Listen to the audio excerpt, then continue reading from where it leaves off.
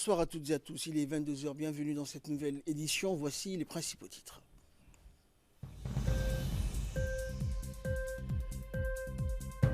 Ouverture des assises donc sur le changement climatique à New York auquel prend part le président de la République.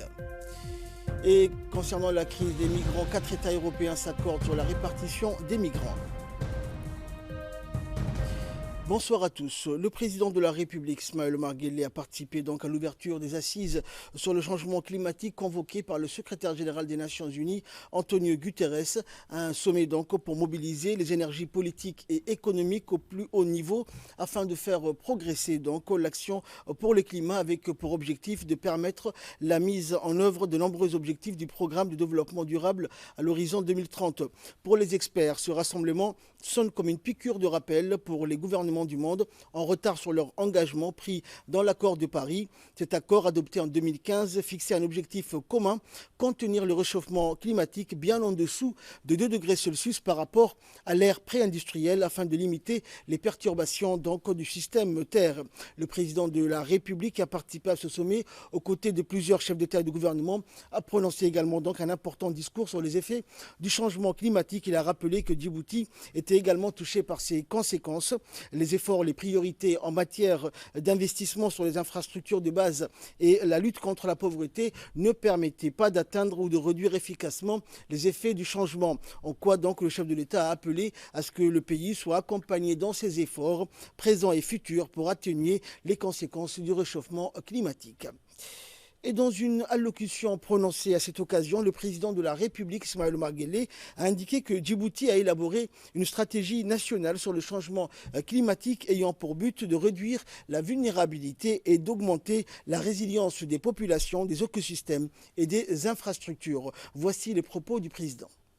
Monsieur le Président de l'Assemblée générale, Mesdames et Messieurs les chefs d'État et de gouvernement, Monsieur le Secrétaire général des Nations Unies, Mesdames et Messieurs, qu'il me soit permis de remercier le secrétaire général des Nations Unies ainsi que toute son équipe pour l'organisation de cet important sommet sur le climat. Après une multitude de réunions et l'adoption de l'accord de Paris il y a 4 ans, nous avons jeté les bases d'une action collective en vue de faire face aux plus grands défis auxquels l'humanité est confrontée, mais également les plus conséquents de notre époque en termes de développement et risquent de compromettre la vie des générations futures.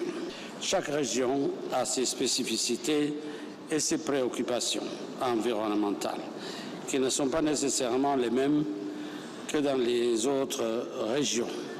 Mon pays, lui, est particulièrement exposé à de nombreux aléas climatiques, les plus fréquents et les plus destructeurs étant les sécheresses et les inondations. Par ailleurs, une pluviométrie rare impactant négativement les activités agricoles des populations rurales et la disponibilité des ressources en eau dans l'ensemble du territoire touche régulièrement les pays et affaiblissent la résilience des populations et des infrastructures. Djibouti doit également se préparer à d'autres aléas climatiques dans le moyen et le long terme, comme les cyclones et la montée du niveau marin, dont les projections à l'horizon 2100 montrent vitales. Ces événements climatiques sont pour la plupart inhabituels et risquent de se multiplier et de s'intensifier à l'avenir. Afin de répondre à cette situation préoccupante, la République de Djibouti a élaboré une stratégie nationale sur le changement climatique en 2018.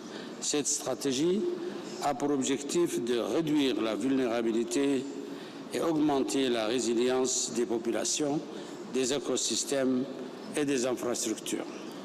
Notre stratégie prévoit d'accélérer la transition vers les énergies renouvelables et de développer l'efficacité énergétique. Dans le cadre de l'effort mondial dans la lutte contre les changements climatiques, Djibouti a soumis en 2016 sa contribution déterminée dans laquelle nous avons pris des engagements forts en matière d'atténuation que d'adaptation. En effet, en matière d'atténuation, le gouvernement a pris l'engagement de réduire les émissions de CO2 de 40% à l'horizon 2030 par rapport au scénario de référence.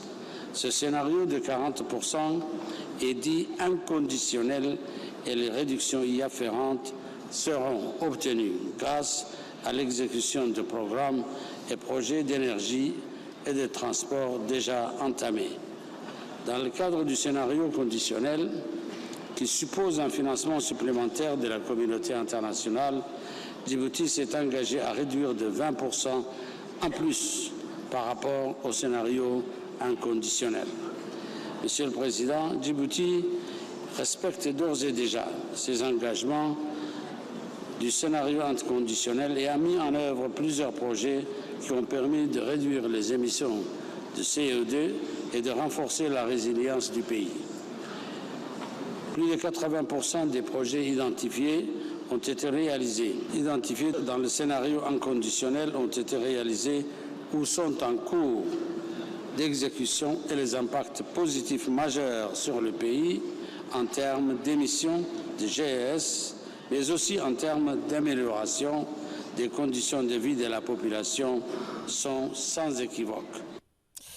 Et poursuivant son discours, le numéro 1 djiboutien donc a souligné que l'ambition de Djibouti de réaliser une transition énergétique ne peut être financée uniquement sur fonds propres car Djibouti, faisant partie des pays les moins avancés, s'efforce avant tout de financer le développement des secteurs de base prioritaires comme la santé ou encore l'éducation. On écoute le président de la République. Ainsi, en matière de transition énergétique, le projet d'interconnexion électrique avec l'Éthiopie a permis de réduire annuellement de plus de 150 kilotonnes les émissions de CO2 du pays. Djibouti a par ailleurs initié plusieurs projets d'énergie renouvelable, à savoir la géothermie, l'éolienne et le solaire qui vont nous permettre de réduire de façon substantielle l'émission des gaz à effet de serre. J'ai donc le plaisir d'annoncer à cette auguste Assemblée que Djibouti prévoit d'atteindre un mix énergétique de 100% d'énergie renouvelable en 2030. Mesdames et Messieurs, l'ambition de Djibouti de réaliser une transition énergétique ne peut être financée uniquement sur fonds propres, car Djibouti, faisant partie des pays les moins avancés, s'efforce avant tout de financer le développement des secteurs de base prioritaires comme la santé ou l'éducation. Le développement des énergies renouvelables, et particulièrement celui de la géothermie, dont mon pays est doté d'un formidable potentiel, nécessite la disponibilité de fonds importants pour les phases d'exploration, tout comme le volet d'adaptation et résilience qui a également souffert de l'insuffisance des financements internationaux. La mise en œuvre de l'accord de Paris ainsi que les nombreuses décisions internationales prises auparavant exigent le financement international conséquent. Cependant, nous constatons avec regret que les engagements financiers faits à Paris n'ont pas été concrétisés. Ainsi, le Fonds vert pour le climat a eu à sa disposition moins de 10 milliards de dollars américains durant les 4 dernières années. Je profite ici pour remercier et féliciter les pays qui ont annoncé d'augmenter de façon substantielle leur contribution à ce fonds et nous exhortons les pays industrialisés à concrétiser leurs promesses de financement climatique et à simplifier les procédures d'accès à ce financement. Je vous remercie. Et en marge de ces assises, le président de la République, Ismaël Omar Guelleh, a rencontré la secrétaire générale de la francophonie, la rwandaise Louise Mushikiwabo. Les discussions donc entre le président Guelleh et la secrétaire Mushikiwabo de l'OIF ont porté sur les voies et moyens de renforcer les relations déjà excellentes entre Djibouti et l'institution francophone. Le chef de la diplomatie djiboutienne, Mohamed Ali Youssouf, et le directeur des relations bilatérales au ministère des Affaires étrangères, Guelleh Idriss Omar, ont pris part à cette rencontre.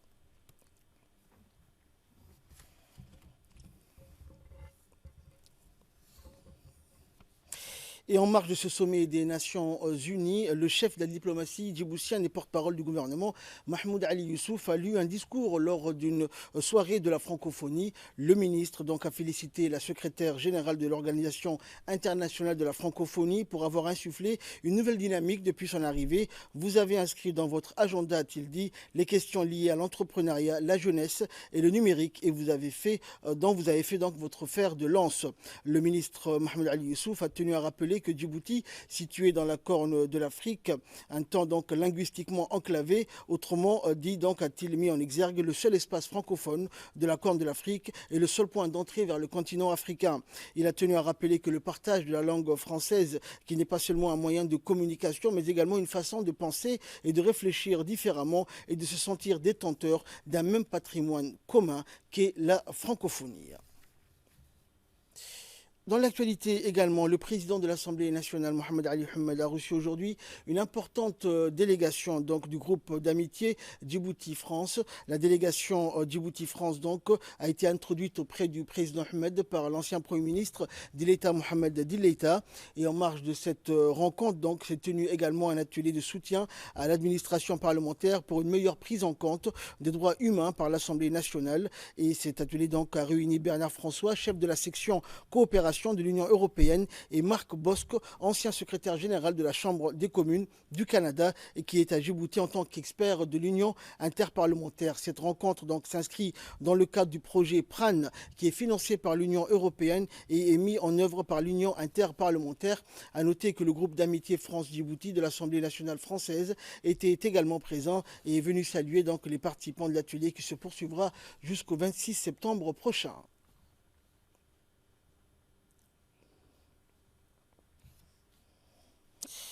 Écoutons à présent pour plus de précision l'ancien Premier ministre de l'État, Mohamed Dileita. Je suis très heureux d'accueillir mon collègue, le président du groupe d'amitié France-Djibouti, qui est ici pour la première fois avec une équipe des parlementaires. Vous savez, depuis très longtemps, on attendait cette visite à Djibouti parce que le groupe d'amitié, c'est sa première visite depuis un certain nombre d'années. Et je crois que nous sommes ici pour le fait de découvrir Djibouti, mais découvrir aussi l'Assemblée. Je crois que les discussions qu'ils ont eues avec le président de l'Assemblée a été très enrichissante et il leur a souhaité la bienvenue, mais surtout il leur a le souhait de travailler, que les deux parlements puissent travailler ensemble. Nous allons bien sûr avoir une réunion de travail maintenant à la salle de réunion et nous aurons l'occasion de diversifier nos échanges pour que dans l'avenir, les deux parlements puissent travailler, surtout par les biais du groupe d'amitié qui a été mis en place à Djibouti et à l'Assemblée en France, pour que ces deux groupes puissent travailler en harmonie et pour le bien de nos deux pays et nos deux peuples. Le ministre de l'économie et des finances, Ilyas Moussa Daoualé, a reçu aujourd'hui l'ambassadeur de la Grande-Bretagne, Alistair MacPhail, pour un premier contact. Donc, les discussions ont porté sur l'état de la coopération militaire bilatérale et les voies de sa consolidation et sa diversification, ainsi que sur les perspectives de l'étendre à d'autres domaines d'intérêt commun. À ce titre, les deux parties ont exprimé leur totale satisfaction quant au niveau atteint par la coopération au plan bilatéral ou multilatéral, en réaffirmant donc la volonté et la disponibilité des deux parties à renforcer la coopération et la coordination entre les armées des deux pays et les promouvoir donc pour répondre aux aspirations des deux parties. Et l'ambassadeur britannique a été également reçu aujourd'hui par le ministre de la Défense chargé des relations avec le Parlement, Hassan Omar Mohamed. Et donc la rencontre s'est déroulée en présence du chef du cabinet du ministère, le commandant Ilyas Abdullahi. Les deux hommes, le ministre et le diplomate britannique, ont ensuite abordé l'état des relations bilatérales entre Djibouti et la Grande-Bretagne, notamment la coopération dans le domaine de la défense. Ils ont évoqué les voies et moyens susceptibles de les promouvoir. Le ministre a exhorté le docteur Alistair à poursuivre ses efforts en vue de consolider donc davantage les liens d'amitié et de coopération entre son pays et le nôtre. Après sa rencontre donc avec le ministre des Finances et le ministre de la Défense, l'ambassadeur britannique, Dr Alistair MacPhail, a été reçu cette fois-ci par le président de l'autorité des ports et des zones franches de Djibouti, Aboubakar Omar Hadi.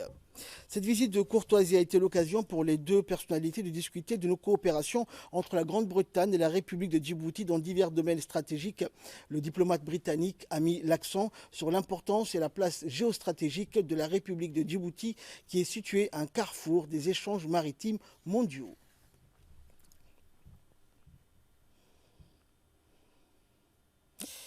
L'ambassadeur saoudien accrédité à Djibouti, Abdelaziz bin Abdallah Al-Madat, a organisé hier soir une réception au Djibouti Palace Kempinski pour célébrer le 89e anniversaire de la fête nationale du Royaume d'Arabie Saoudite.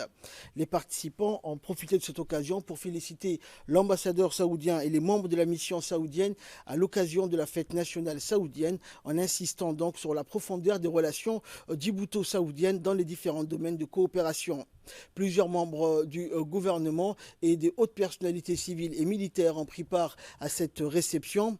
Et au cours de cette cérémonie, l'hymne national de la République de Djibouti et du Royaume d'Arabie Saoudite a retenti.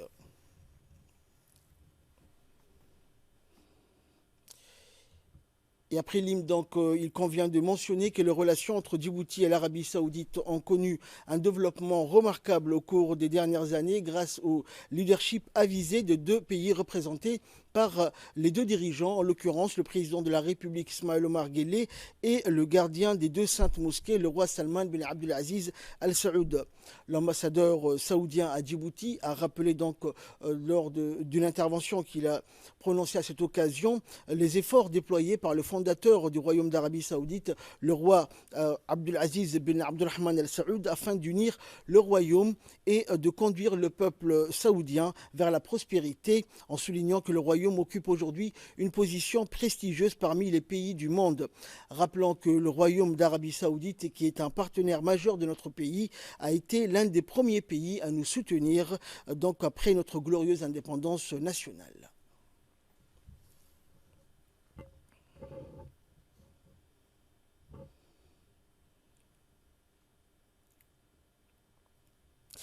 Et dans un discours prononcé lors de cette cérémonie, le ministre des Affaires musulmanes, de la Culture et des Biens Warf, Moumin Hassan Barré, qui a représenté le gouvernement djiboutien à cet événement, a adressé dans son intervention ses félicitations à l'Arabie Saoudite à l'occasion de la célébration de ce 89e anniversaire donc de la fête nationale saoudienne. Dans son discours, le ministre a salué les bonnes relations fraternelles et les liens étroits existants entre Djibouti et l'Arabie Saoudite. Il a souligné que ces relations ont connu un développement remarquable au cours de la période récente grâce au leadership avisé des deux dirigeants. Moumin Hassan Barré a affirmé que le Royaume est un partenaire majeur de la République de Djibouti pour la promotion du développement économique et social du pays. La ministre des Affaires sociales et de Solidarité, Mouna Ousmane Adan, a reçu ce matin le nouveau représentant résident de la Banque mondiale à Djibouti, Boubacar Sidbari.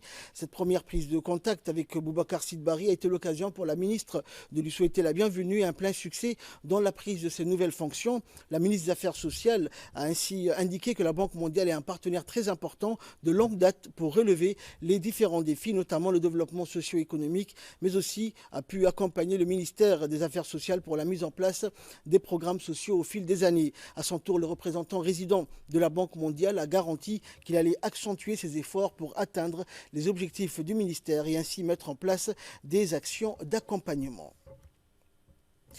Et enfin, pour clore l'actualité nationale, le colonel Waïs Omar Borouré, commandant des gardes-côtes djiboutiens, a accueilli une délégation de la force Atalante conduite par le vice-amiral Antonio Martol Lacave, commandant de l'opération navale européenne Atalante, en présence entre autres des officiers des deux forces. La force Atalante, qui est une mission militaire et diplomatique mise en œuvre par l'Union européenne dans le cadre de la lutte contre la piraterie et la lutte contre l'insécurité dans le golfe d'Aden et l'océan Indien. Le colonel Waïs Omar et le vice-amiral donc ont eu des échanges fructueux et constructifs, faisant état d'une très bonne coopération et collaboration entre les deux forces de sécurité et de sûreté maritime afin d'assurer efficacement les opérations conjointes. L'entretien avec le vice-amiral s'est achevé par une visite en mer pour voir les zones d'action à bord du patrouilleur des gardes-côtes djiboutiens. Et de là, nous passons à ce qui fait la une de l'actualité internationale. 4 États membres s'accordent sur la répartition des migrants. Les ministres de l'Intérieur de 4 pays de l'Union européenne se sont rencontrés à Malte pour discuter de la création d'un système automatique permettant de déterminer quels pays accueilleront les migrants sauvés en Méditerranée centrale. Les détails de l'accord n'ont pas été communiqués à la fin de la réunion, mais la ministre italienne de l'Intérieur, Luciana Lamorghese, préconise de repartir les migrants dans plusieurs États européens dans les 4 semaines qui suivent leur arrivée. Le préaccord conclu par l'Allemagne, la France, Malte et l'Italie permet à Rome de s'assurer que les pays dans lesquels les migrants arrivent en premier ne sont pas ceux qui s'occupent de les renvoyer dans leur pays d'origine. Un point délicat subsiste toutefois car la redistribution ne concerne pas les migrants qui arrivent en Italie par leurs propres moyens. Et enfin, un rapatriement des 150 000 clients britanniques du voyagiste Thomas Cook en cours en Turquie, à l'aéroport d'Alaman. Des centaines de touristes britanniques ont déjà pu monter à bord d'un Airbus A380 affrété par Londres. La faillite du voyagiste Thomas Cook a déclenché une immense opération de rapatriement pour les 150 000 clients britanniques en vacances. Plus incertain, les sorts de 450 000 autres vacanciers se jouent entre plusieurs pays et filiales du groupe selon des réglementations différentes. L'opération de rapatriement d'urgence, la plus grande depuis la Seconde Guerre mondiale, a pour l'heure permis de mobiliser une cinquantaine d'appareils pour mener à bien 1 millier de vols retour. 50 000 clients britanniques de Thomas Cook sont en Grèce, 21 000 en Turquie, 15 000 à Chypre et 4 500 en Tunisie. Après les touristes britanniques, ce sont les touristes allemands les plus nombreux, 140 000. Ils dépendent tous de l'assurance du voyagiste Zurich Insurance qui doit prendre en charge les opérations de retour. Fin de ce journal. Merci pour votre très aimable attention. Restez avec nous. Le programme continue sur Télé Djibouti.